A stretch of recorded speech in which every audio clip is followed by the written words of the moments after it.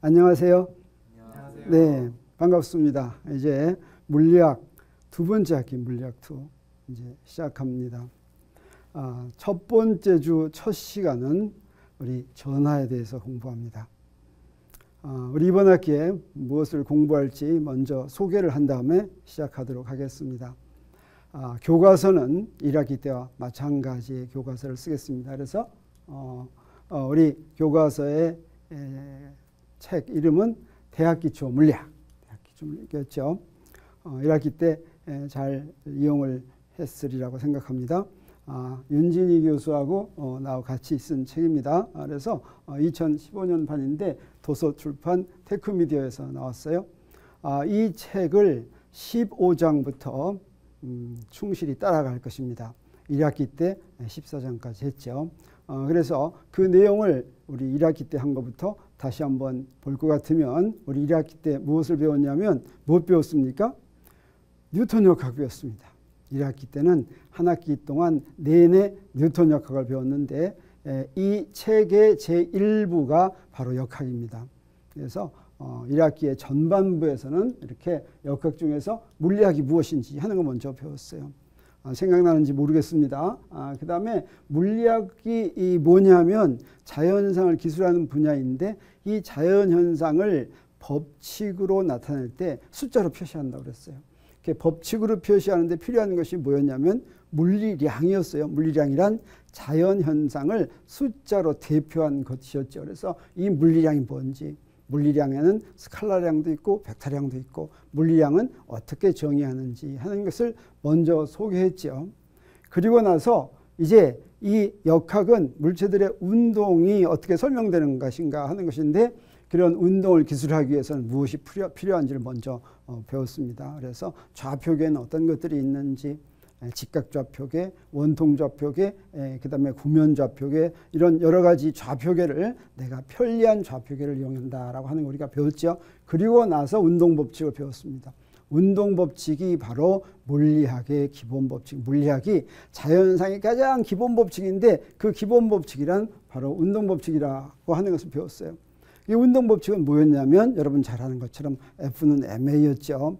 그런데 그 F는 ma라는 운동법칙은 굉장히 간단한데 이것을 실제 우리 자연현상에 적용할 때 복잡해지는 거였어요. 그래서 지난 학기에는 한 학기 내내 무엇을 했냐면 이 운동법칙을 적용하는 것을 했습니다. 그래서 가장 간단한 데서부터 이렇게 간단한 힘을 받는 물체에서부터 하고서 이랬을 때 조금 어려워지면 어떻게 했어요? 새로운 물리량을 도입했죠. 그래서 처음으로 도입한 것이 일과 에너지였습니다. 여기까지 하고 중간시험을 보고서 2학기 때는 이제 처음에는 한 물체만 적용하다가 여러 물체 적용하면 어떻게 될까? 이때 또 어려워졌어요. 이렇게 어려워질 때는 어떤 물리량을 새로 도입했습니까? 네, 선운동량이라는 물리량을 새로 도입했죠. 그리고 나서 크기를 갖는 물체 공부했어요. 크기를 갖는 물체를 공부하려면 우리 강체를 도입했는데 이때 강체 도입해서 또 설명하려니까 어려워졌어요. 그래서 새로운 물량 또 도입했어요. 뭐 도입했습니까? 네, 네, 질량 중심도 도입하고 회전관성도 도입하고 가운동량도 도입하고 토크도 도입하고 뭐 그랬었죠. 그런 다음에 이제 강체를 한다면 유체도 하고 진동과 파동도 하고 마지막에 열현상 적용하고 우리 지난 학기를 마쳤습니다. 이번 학기는 그러면 무엇을 공부하느냐? 이번 학기에는 2학기에는 두 가지를 합니다. 하나는 전자기학이에요. 전자기학은 사실은 운동법칙과는 좀 다릅니다. 그래서 전자기학은 한마디로 얘기하면 전하와 전하 사이에 작용하는 전기력에 대해서 공부하는 것인데 이 전기력은 좀 공부를 많이 해야지 돼요. 우리 힘이 여러 가지 종류의 힘이 있는데 다른 힘은 그냥 도입만 하면 되었는데 이 전기력은 좀 그렇지가 않아요. 그래서 이번 학기 절반 동안 전기력에 대해서 배웁니다. 그게 바로 전자기학 분야에서 배우는 게 되겠어요. 그리고 나서 사실은 그 전자기학의 마지막 꽃이 뭐냐면 전자기학이 다 발전한 다음에 우리가 알게 되는 것이 전자기파인데 이 전자기파가 빛하고 같은 것이다 라고 하는 걸 알게 됐어요. 그래서 이게 연결됩니다. 그리고 나서 무슨 일이 벌어지냐면 이제 사람들이 우리 자연현상은 또는 물리가 자연현상을 다 잘 설명하게 됐구나. 자연현상에 대해서는 전부 다 알았구나라고 만족하고 있을 즈음에 새로운 일이 벌어지죠. 그게 바로 현대물리학이고 20세기 초에 시작하게 됩니다. 그래서 이 현대물리학에 대해서 이제 후반부 중간시험 본 다음에 후반부에는 현대물리학에 대해서 배웁니다. 현대물리학은 양자역학과 상대성 이론 두 가지로 이루어진 것인데 그래서 우리가 배우게 되겠어요. 그러면 한번 물리학 우리 1학기 때 배운 거 잠깐 다시 되돌아보면 물리학은 어떤 분야가 있었냐면 그 내용을 지금까지 배운 게 1학기 때 배운 역학은 바로 거시세계 운동법칙이라고 한다면 그래서 사실은 1학기 때 우리가 역학 열심히 배운 게 우리 주위에서 일어나는 세계를 설명하는 그런 법칙이었어요.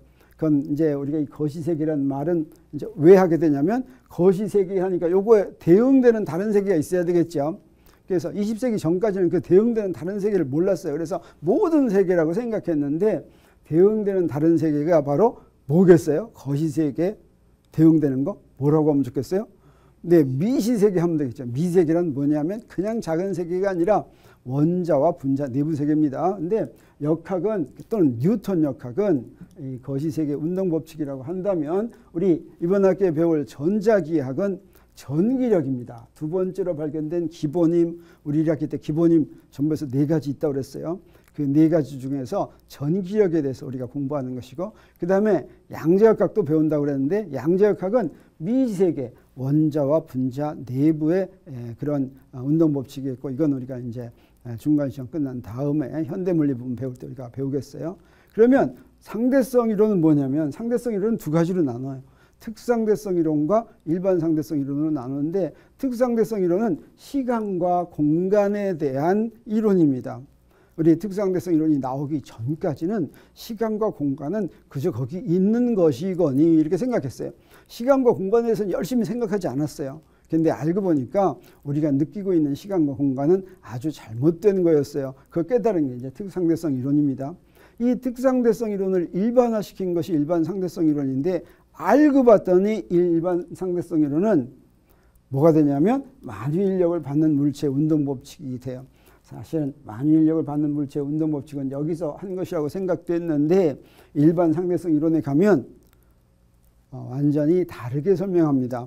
만유인력은 없는 거라고 이렇게 설명하게 돼요. 이게 우리가 이제 이번 학기 마지막에 배울 텐데 그게 무슨 말인지는 우리 그때까지 유보해 놓기로 하겠어요.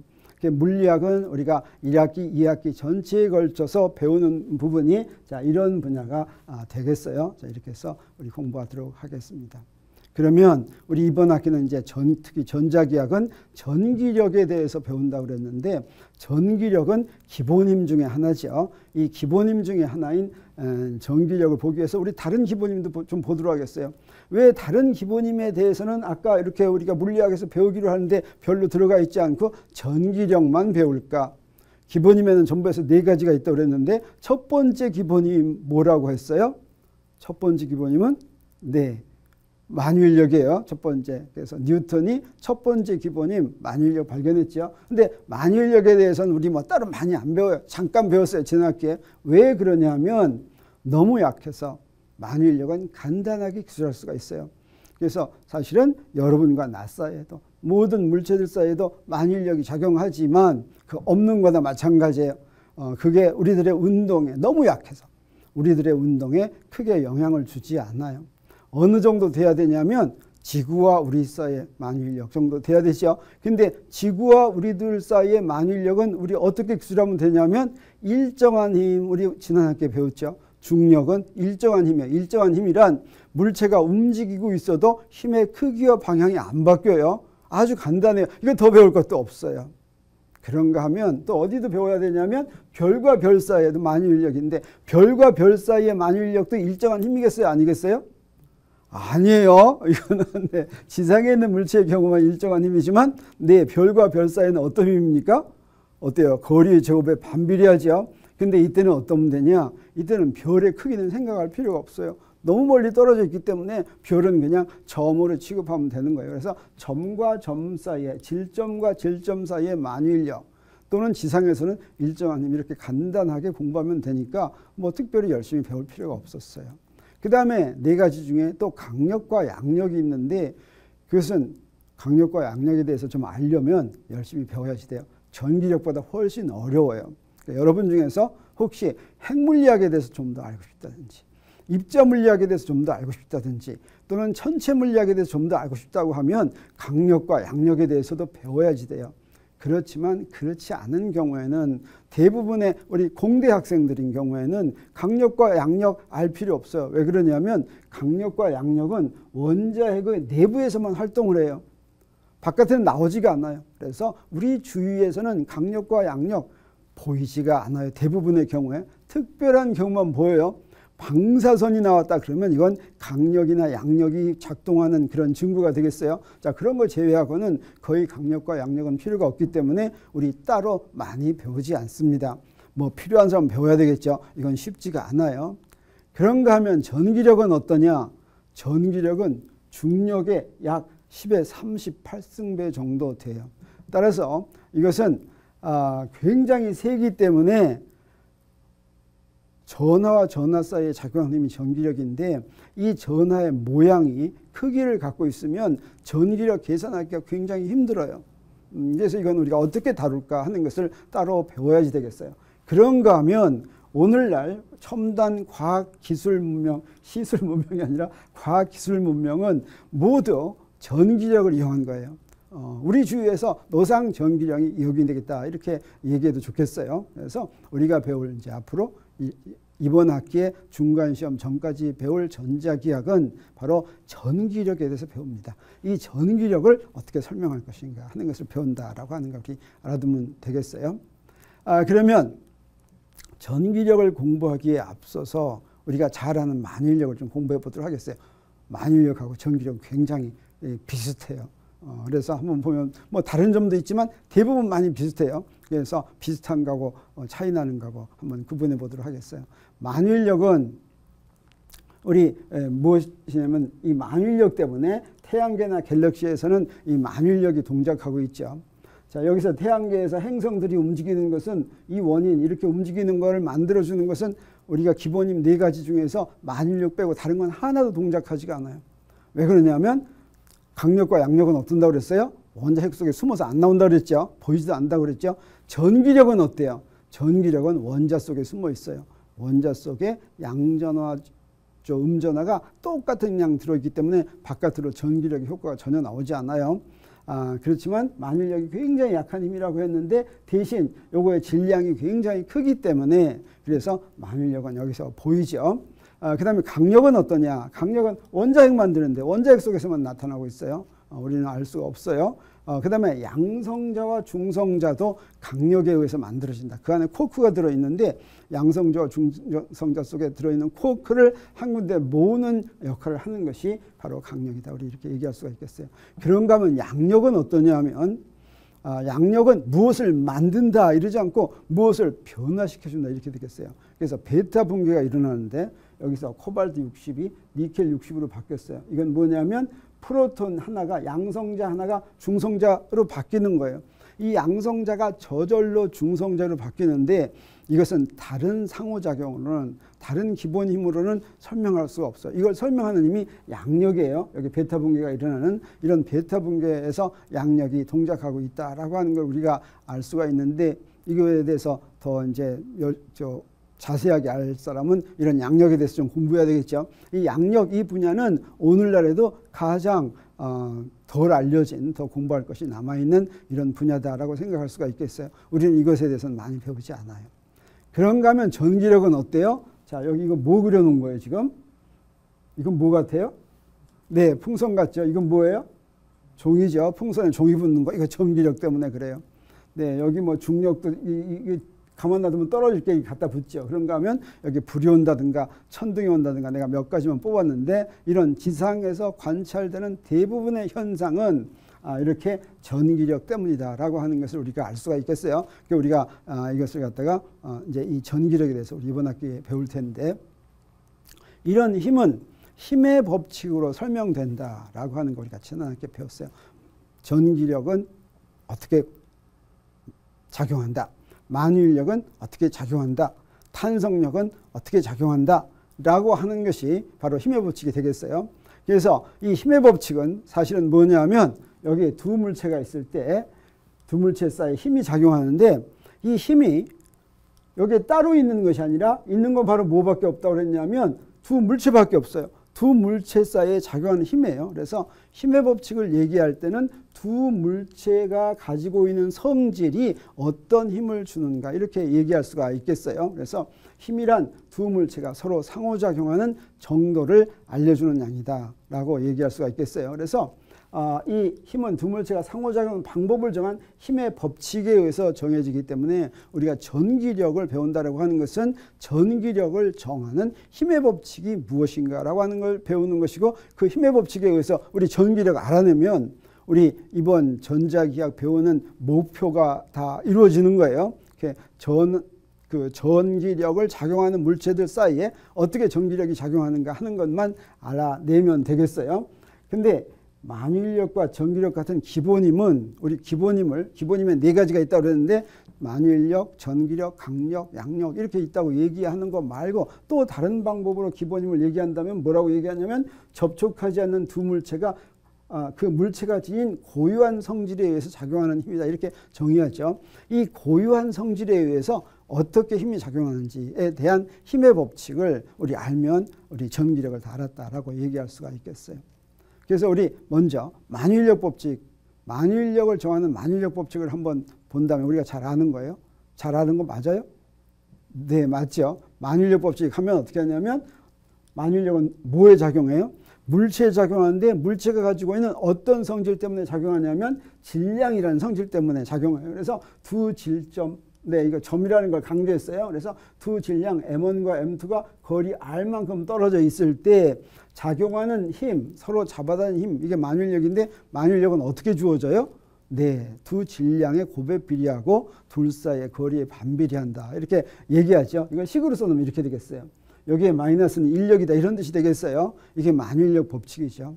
자, 그래서 이걸 갖다가 좀 더 자세하게 써보도록 하겠어요. 이건 우리가 이제 뭐 고등학교나 이런 데서 나오는 식이라면 우리 대학교에서는 좀 더 멋있게 이 마이너스가 무슨 의미인가 하는 걸 보기 위해서 좀 더 멋있게 써본다면 여기에 두 질량이 이렇게 있다가 질점이 있다고 하겠어요. 그래서 여기 M1과 M2가 이렇게 있어요. 요 둘 사이의 힘을 우리 이제 표시하기 위해서는 좌표계를 이렇게 그려야 되죠. 먼저 좌표계를 그린 다음에 어때요? 자, 여기서부터 여기까지 위치 벡터가 하나는 R1이고 하나는 R2라고 하겠어요. 위치 벡터는 내가 그린 좌표계 원점에서 그 물체까지 그은 벡터를 위치 벡터라고 한다고 그랬죠. 이렇게 위치 벡터가 정해지면 우리 힘을 구할 수가 있어요. 그래서 힘은 어떠냐? 어때요? 두 물체에 작용한다 그랬죠. 그래서 자, 이번에 요 힘은 뭐예요? 요 힘은 두 번째 M2가 M1에 작용하는 힘이겠어요. 이거 우리 어떻게 쓰냐면 이거는 또 M1이 M2에 작용하는 힘이겠어요. 그래서 요 놈은 F12라고 쓰겠어요. 우리 사실은 지난 학기에 이미 이런 약속을 했죠. 여기 1하고 2일 때 1이 힘을 받는 물체예요? 2가 힘을 받는 물체예요? 1이죠. 1. 그래서 두 번째 거가 첫 번째 걸 받는다. 이렇게 약속해서 이건 약속이에요. 근데 약속 다르게 한번 바꿔서도 상관없어요. 내 책에서는 이렇게 약속을 했어요. 그래서 F1, 2는 1이 2가 1을 잡아다니는 힘이 되겠어요. 앞에 게 받는 힘, 요게 1이 이렇게 되겠어요. 자, 이거를 쓰면 이걸 이제 이런 좌표계를 이용을 해가지고 쓰면 어떻게 되냐면 이렇게 되겠어요. F1, 2는 여기 마이너스고 거리의 곱에 반비례하고 이걸 이렇게 쓴 거예요. 그 다음에 이 놈은 둘 사이의 거리인데 둘 사이의 거리는 R1 빼기 R2. 여기서 받는 놈을 먼저 원인을 나중에 이렇게 R1 마이너스 R2 이렇게 하겠어요. 그러면 요거 거리의 제곱에 반비례하는 게 되겠어요. 이건 바로 뭐예요? 이건 단위 벡터라고 그랬죠. 그래서 R1 마이너스 R2 하면 R1 마이너스 R2 하면 어떤 벡터가 되냐면 여기서 1로 가는 벡터가 되겠어요. 여기서 1로 가는데 힘은 이쪽 방향이죠. 그래서 앞에 마이너스를 붙인 거예요. 그래서 자, 여기 R1을 먼저 쓰고 항상 받는 놈 먼저 쓰고 원인을 두 번째 쓰고 거기에 마이너스 쓴다. 자, 이런 약속을 한 거예요. 그러면 F21은 어떻게 될까? 자, 요건 F21인데 F21도 우리 쓸 수 있겠죠? 뭐만 바꿔 쓰면 돼요. 사실은 M1, M2는 바꿔 쓰대로 똑같죠. 결과가. 자, 요것도 사실은 바꿔 써도 크기는 똑같아요. 근데 뭐는 달라져요? 방향은 달라지죠. 방향. R2 빼기 R1은 어떻게 되냐면 R2 빼기 R1은 여기서 이쪽 방향이 되겠어요. 근데 힘의 방향은 이 방향이니까 반대 방향이죠. 마이너스 이렇게 붙였어요. 그래서 이건 사실은 서로 어떤 관계가 있어요? 요 두 개를 바꿔 놓으면 작용, 반작용 관계가 있죠. 우리가 1학기 때 배운 A에서 B에 작용하는 힘의 반작용은 B가 A한테 작용하는 힘이죠. 그래서 요 둘은 서로 작용, 반작용 관계에 있다. 그러니까 크기는 같고 방향은 반대다라고 하는 것을 우리 바로 알 수가 있겠어요. 그러면 쿨롱 법칙은 어떠냐? 여기서 우리 그냥 아니까 얘기했는데 만일력은 뉴턴의 만일력 법칙이 그런다면 전기력은 쿨롱 법칙이라고 그래요. 쿨롱 법칙. 이 쿨롱 법칙이 만일력 법칙하고 비슷하게 생겼어요. 자, 이 전하에 대한 쿨롱 법칙은 어떤 거냐면 두 점전하가 있다고 하자. 두 점전하 사이에 작용하는 법칙이에요. 전하량이 Q1이고 Q2인 그런 두 점전하가 거리 R만큼 떨어져 있으면 그러면 쿨롱 법칙은 어떻게 쓰냐면 이렇게 써요. 만일력 법칙하고 비슷하게 돼 있죠. 뭐만 다르냐면 이건 비례 상수고 만일력 법칙은 만일력 상수가 있다면 여기는 쿨롱 법칙의 비례 상수가 되겠어요. 이건 4파이 엡실론 제로분의 1 이렇게 비례 상수를 복잡하게 썼지만 고등학교 책에서 이거 전체를 K 뭐 이렇게 쓰죠. 그 다음에 두 전하의 곱에 비례해요. 그 다음에 거리의 제곱에 반비례하는 게 똑같은데 자, 그래서 이건 만일력 법칙과 굉장히 비슷하지만 뭐만 다르냐면 여기다 질량 대신에 전하만 놔둔 거죠. 이걸 우리 아까 만일력 법칙 할 때하고 똑같이 설명을 해본다면 근데 이 앞에 거 이게 뭔지를 설명해야 되겠어요. 이게 바로 요 비례상수는 우리 실용 단위계에서 SI 단위계에서 값이 얼마냐면 9 곱하기 10의 9승이에요. 실용 단위는 여기다 뉴턴 미터 제곱 나누기 쿨롱 제곱이랬는데 여기서 요 놈의 단위는 뭐가 될 거냐면 요 힘의 단위 나누기 요거 해야 돼. 쿨롱에 제곱해야 되겠어요. 그다음에 요거 미터에 제곱 곱해야 되겠어요. 그래서 요 전체를 곱해서 뉴턴이 나오게 하기 위해서는 요 비례상수가 단위를 가져요. 단위. 요 단위를 곱해서 힘의 단위가 나오게 하기 위해서 여기 비례상수가 이런 값을 갖죠. 요 단위가 SI 단위가 아니라 다른 단위로 하면 요 값이 바뀌겠어요. 그래서 이거는 SI 단위계에서는 9 곱하기 10의 9승. 더 굉장히 정확하게 하고 싶으면 8.99 곱하기 10의 9승 뭐 이렇게 쓰면 되겠어요. 되게 9 곱하기 10의 9승에도 큰 차이는 없겠죠. 이때 입실론 제로를 뭐라고 그러냐면 진공의 유전율이다라고 합니다. 그래서 두 점전하가 사실은 진공 중에 있을 때 이 식이 성립하는 거예요. 그러면 공기 중에 있을 때는 엄격하게 여기다 공기의 유전율을 집어넣어야 되겠어요. 전하가 물속에 있다면 물의 유전율을 집어넣어야 되겠어요. 근데 공기 속에 있을 때는 진공이 있을 때나 거의 비슷하기 때문에 그냥 이렇게 써도 맞아요. 근데 물속에 있을 때는 좀 달라져요. 유전율이 상당히 차이가 나죠. 네, 그러면 아까와 똑같이 좌표계를 그려서 한다면 여기 두 점전하가 이렇게 있다고 할 때 여기 M1, M2보다는 여기다 뭐 질량은 갖고 있겠지만 여기다 Q1, Q2 이렇게 쓰는 게 더 낫겠죠. 그러고 나서 좌표계를 그리고 나서 여기다 위치 벡터를 이렇게 그리고 여기다 이렇게 하고서 아까처럼 이렇게 힘을 이렇게 한다면 사실은 이 힘의 방향은 이제 전하가 무엇이냐에 따라 사실은 달라요. 달라지겠지만 이렇게 막 그린다면 우리 어떻게 쓸 수가 있냐면 F1, 2는 아까하고 똑같이 쓰면 되겠어요. 똑같이. 뭐만 바뀌어요? 여기 Q1, Q2만 바뀌어요. 근데 여기 앞에 이제 마이너스 없앴어요. 그 마이너스의 역할을 무엇이 해주냐면 Q1 곱하기 Q2가 나중에 해주겠어요. 그래서 여기 같은 부호면 같은 양전하면 여기가 플러스. 다른 부호면 하나는 양전하고 하나는 음전하면 여기 앞에 마이너스가 붙어서 인력이 된다. 뭐 그런 차이가 있겠어요. 그러면 F1, 2는 똑같이 이렇게 표시할 수가 있겠고 F2는 또 똑같이 이렇게 표시할 수가 있다라고 하는 거 알겠어요. 이게 바로 전기력에 대한 쿨롱 법칙이에요. 네. 우리 이번 1학기의 전반부의 전자기하학에서 배우는 목표가 뭐라고 그랬죠?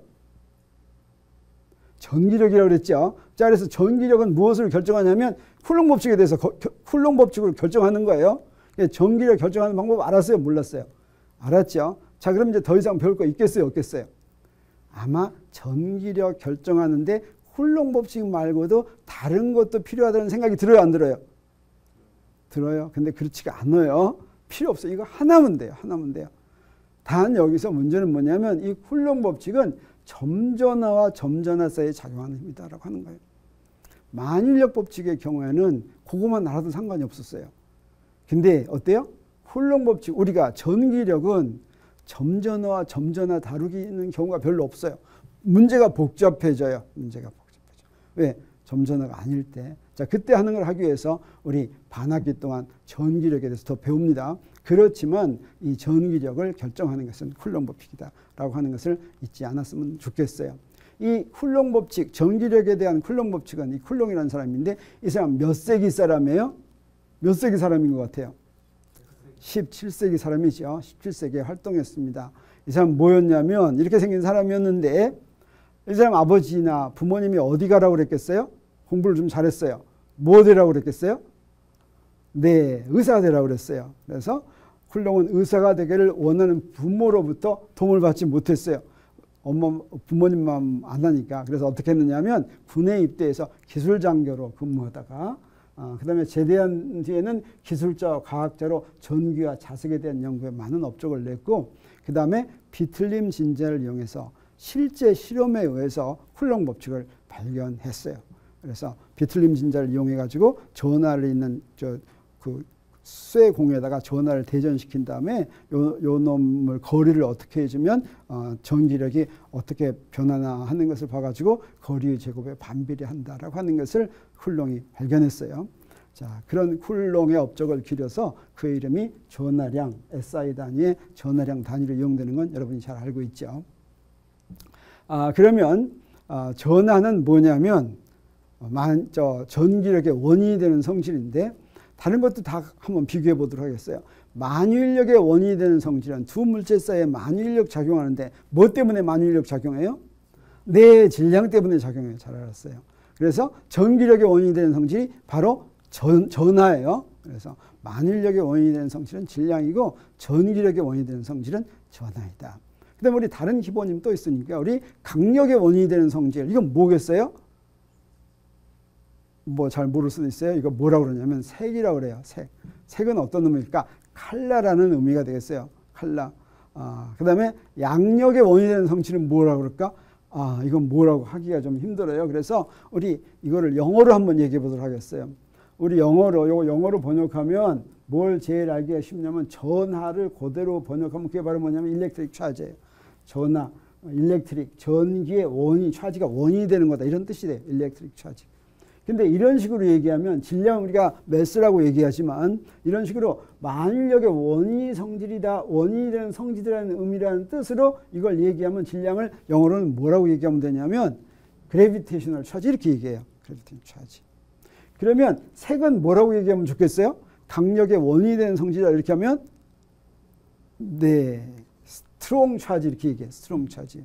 그러면 양력의 원인이 되는 성질은 뭐겠어요? 위익 차지하면 되겠죠. 그래서 양력의 원인이 되는 성질은 위익 차지 이렇게 얘기하고 다른 말은 없어요. 다른 말은 없어요. 여기 별 말이 없어요. 근데 재밌는 게 질량은 종류가 몇 가지 종류밖에 없냐면 한 가지 종류밖에 없어요. 그래서 만유인력이에요.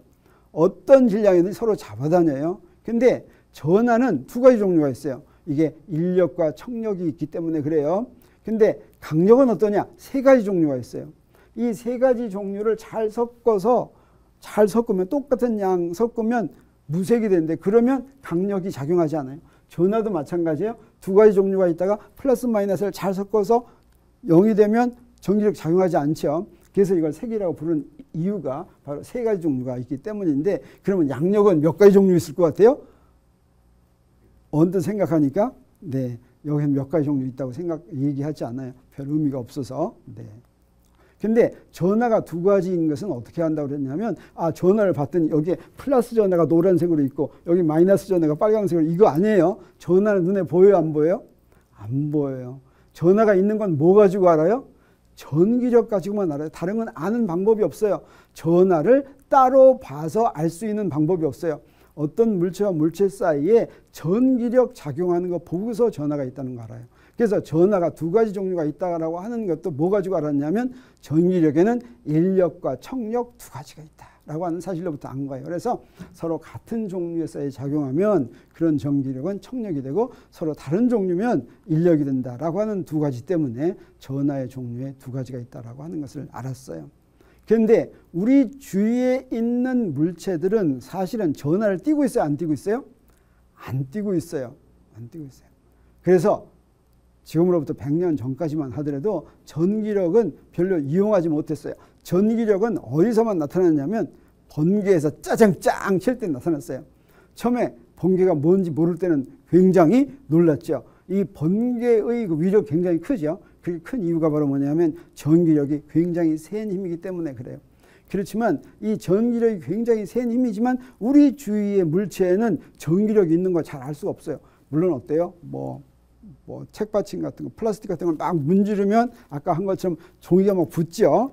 그런 정전기 현상은 우리가 볼 수가 있지만 전기력을 바깥으로 보기가 어려워요.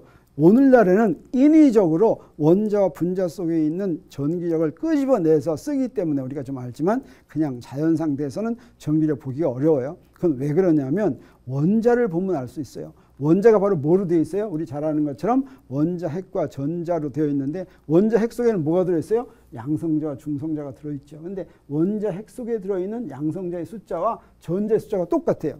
근데 무슨 일이 벌어지냐면 양성자와 중성자와 전자를 보면 질량은 이렇게 차이 나요. 우리 질량을 이렇게 얘기하는데 메가 일렉트론 볼트 이렇게 얘기해요. 메가 일렉트론 볼트는 10의 6승 100만 일렉트론 볼트를 얘기하는데 이건 사실은 에너지 단위예요. 근데 우리 이제 질량을 에너지 단위로 그냥 표시하겠어요. 질량과 에너지는 같은 것이다 라고 하는 것을 여러분 이제 고등학교 때 이미 다 배웠죠. 그래서 질량과 에너지를 우리가 같은 단위로 사용할 수가 있어요. 이게 받아들이기가 좀 힘들면 질량에다가 C제곱을 곱하면 이 단위로 표시할 수가 있게 돼요. 그래서 이런 양성자의 질량 표시하고 이럴 때는 이 메가 일렉트론 볼트라는 단위를 쓰면 굉장히 좋아요. 이거는 약 1000 메가 일렉트론 볼트 또는 1기가 일렉트론 볼트라고 생각하면 좋아요. 양성자나 중성자는 약 1기가 일렉트론 볼트라면 여기 전자는 2분의 1 메가 일렉트론 볼트 정도 되겠어요. 질량은 이렇게 여러 차이가 나는데 여기서 특징이 바로 뭐냐면 전하는 어떠냐? 양성자가 플러스 2고 중성자가 0이고 전자가 마이너스 2인데 이거는 양성자의 플러스 2라는 전하의 크기하고 전자의 마이너스 2라는 전하의 크기가 완벽하게 똑같아요. 이 말은 소수점이야. 이 전하 2도 소수점에 쭉 나가는 무리수예요.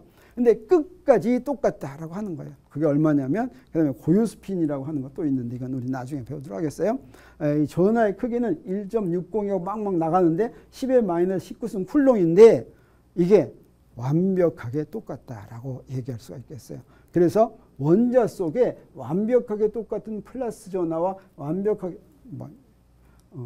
원자 속에 들어있는 플러스 전하와 원자 속에 들어있는 마이너스의 전하의 양이 완벽하게 같아서 정기적으로 중성인데 이게 눈곱만큼만 차이 나더라도 이거 문제가 좀 있을 거예요. 그래서 중성자의 알자 전하는 정확히 0이기 때문에 우리 주위에서 보통 물질은 전기적인 성질을 바깥으로 보이지 않는다라고 하는 걸 우리가 알 수가 있겠어요. 질문 혹시 있습니까? 네, 없죠. 네. 자, 그러면 우리 지금까지 쿨롱 법칙이면 전기력 완전히 정했다고 그랬는데 사실은 쿨롱 법칙 하나만 가지고는 점전하와 점전하 사이의 전기력만 알 수가 있어요. 근데 우리 전기력이 어떤 중요한 원리를 만족하냐면 중첩 원리라는 중요한 원리를 만족하기 때문에 점전하가 아니더라도 쿨롱 법칙을 적용할 수가 있는데 그건 바로 뭐냐면 여기 점전하 두 개가 있는데 QA와 QB가 있다고 그래요. 여기 또 다른 점전하 QC가 있을 때 요 두 점전하가 요놈한테 작용하는 전기력이 얼마인지 이거 알아내려면 어떻게 할까? 어떻게 하면 되냐면 사실 여러분 안 가르쳐줘도 이미 아는 거나 마찬가지예요. 먼저 계산할 때 어떻게 하냐면 요거 하나 없다고 생각해요. 없다고 생각하고 요놈 둘 사이에 요 점전하니까 요놈 둘 사이에 작용하는 전기력을 뭘로 구할 수가 있냐면 쿨롱 법칙을 구할 수가 있죠. 그렇게 해서 구한 쿨롱 법칙을 FCA라고 하도록 하겠어요. 맞죠? A가 C한테 작용하는 전기력이에요. 그 다음에는 어떻게 하느냐? 그 다음에는 요놈이 없다고 생각해요. A가 없고 요놈이 없다고 생각해요. 그래서 QB가 작용하는 전기력 계산해요. 그럼 이건 어떤 힘이 되겠어요? 힘의 이름이 FCB가 되겠죠. FCB가 되겠어요. 그럼 두 개 한꺼번에 있으면 어떻게 될까? 두 개 한꺼번에 있으면 요 두 개를 이렇게 더해주면 된다라고 하는 거예요. 이렇게 더해주면. 뭐 그럴듯해요? 그럴듯하지 않아요? 그럴듯하죠. 이거 그냥 당연한 것 같아요. 근데 사실은 반드시 당연하다고 할 수는 없어요. 그래서 이것을 뭐라고 얘기하냐면 중첩 원리라고 얘기해요. 다시 말하면 이게 이렇게 계산하는 것을 세 점전하가 모두 존재할 때 QA와 QB가 QC에 작용하는 전기력이 우리 이것을 전기력은 중첩 원리를 만족한다 이렇게 얘기해요. 그래서 이런 중첩 원리를 만족하는 현상이 많이 있어요. 사실은 만일력도 중첩 원리를 만족해요. 전기력도 중첩 원리를 만족해요. 그래서 사실은 점전화와 점전화 사이에 전기력 구하는 것만 알면 중첩 원리를 이용해 가지고 하나씩 다 해서 다 더하면 어떻게 되겠어요? 결과가 나오겠죠. 자, 우리 이제 뭐 중첩 원리하고 쿨롱 법칙만 있으면 어떤 경우라도 전기력 구할 수 있겠어요, 없겠어요? 이제 알았죠? 알았으니까 이제 그만 배워도 되겠어요, 안 되겠어요?